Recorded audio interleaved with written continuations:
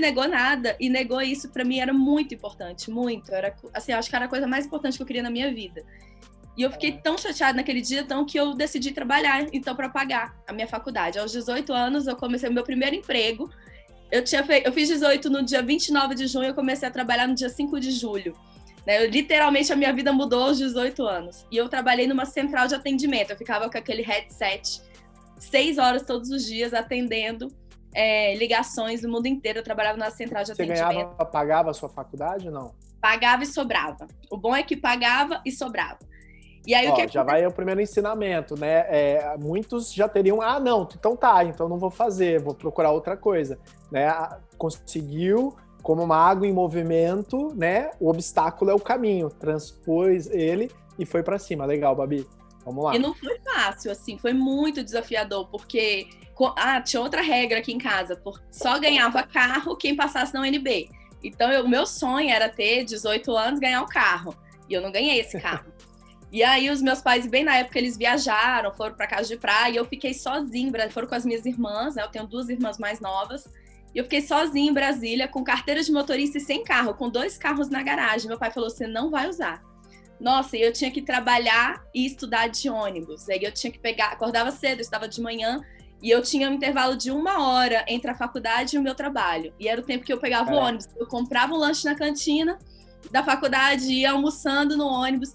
Gente, eu fiz isso, acho que uns 2 meses chorando, assim, chorando. Eu chorava de raiva, eu chorava de eu não acredito que eu tô vivendo essa vida, eu não acredito, não foi... Assim, sabe aquele sonho que acabou? E aí, até que um dia, eu ouvindo um áudio no ônibus, né, de jornalista, né, porque ele falou assim, a vida que você tem hoje, um dia você vai ser grato por ela. A vida que você tem hoje vai formar quem é você amanhã. E naquele dia eu falei, nossa, eu tenho que parar de chorar e começar a ver onde que essa vida vai me levar. Né? Eu tenho que aceitar, saber que... Aquele momento foi um breakthrough, foi um momento de... Pum. Aí ali eu passei a aceitar. E quando a gente aceita, gente, o desafio que a gente está vivendo, muda tudo. Tudo fica melhor. E aí eu falei, quer saber, eu vou ser a melhor atendente de telemarketing, porque agora eu quero ser supervisora, eu queria ganhar mais. E eu me tornei supervisora em 1 ano. Com 19 anos, eu me tornei supervisora da central de atendimento. E eu fiquei mais 8 meses lá. E esse período foi muito importante, porque foi o início da minha faculdade, os 2 primeiros anos da faculdade, em que eu precisava o quê? Estudar e juntar dinheiro. Pagar a faculdade e juntar dinheiro. E aí, quando eu estava no 4º semestre da faculdade, um dos principais jornais de Brasília, que é o Correio Brasiliense, um dos maiores jornais do Brasil, fez um processo seletivo. E eu falei, eu vou participar desse processo seletivo para ser estagiária. E aí toda a minha família, né? Não, só entra no Correio com indicação, não tem como passar nessas provas e tudo. Tinha mais de 100 estudantes, muitos da UNB, para esse concurso, né? Para esse processo seletivo. E eu passei. Era uma vaga, e eu passei. E na época, assim, o meu salário era tipo R$1.400 na época, e a minha bolsa de estágio era 400.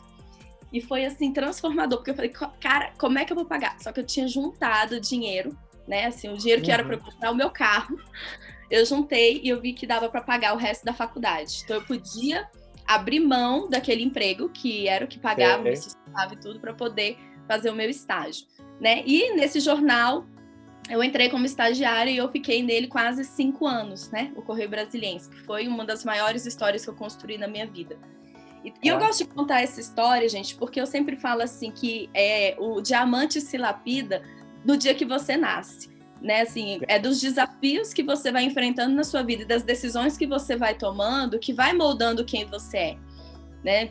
Você não enfrenta o primeiro desafio quando você entra na Junesc. Se você olhar para a sua história atrás, com certeza a sua vida é feita de desafios e de muitos momentos de decisão, muitos momentos em que você vai decidir, né? O Tony Robbins fala muito, é nos momentos de decisão que o seu destino é traçado. Então, o meu destino foi traçado ali, quando eu decidi abrir mão do meu conforto, abrir mão da vida que eu tinha para construir uma vida nova, que era a vida que eu queria. Né? E nessa vida eu vivi por quase 15 anos, a vida do jornalismo. Foi uma vida que trouxe muito aprendizado, né? Eu me desenvolvi muito como comunicadora. Do jornal eu passei para assessoria de imprensa, depois para gerência de comunicação e marketing, fiz MBA na área da FGV, fiz 2 MBA em comunicação, mas até o ponto em que eu vi que aquela vida que eu sonhava do jornalismo da profissão jornalista, não ia dar a vida que eu sonhava como ser humano. Depois de 15 anos na minha profissão, eu não tinha a vida que eu sonhava desde criança, que era aquela vida de liberdade de tempo, de qualidade de vida, de acordar e fazer o que você quer, ser dono da sua agenda, trabalhar com liberdade, né? E foi ali que eu comecei a viver uma grande crise profissional. Foi um marco assim, muito forte na vida, porque eu estava altamente frustrada com a carreira que eu estava construindo. Eu era bem sucedida, eu acredito que muitos profissionais chegam nisso, né? Eu era bem sucedida, assim, para a carreira, pro posto de jornalista.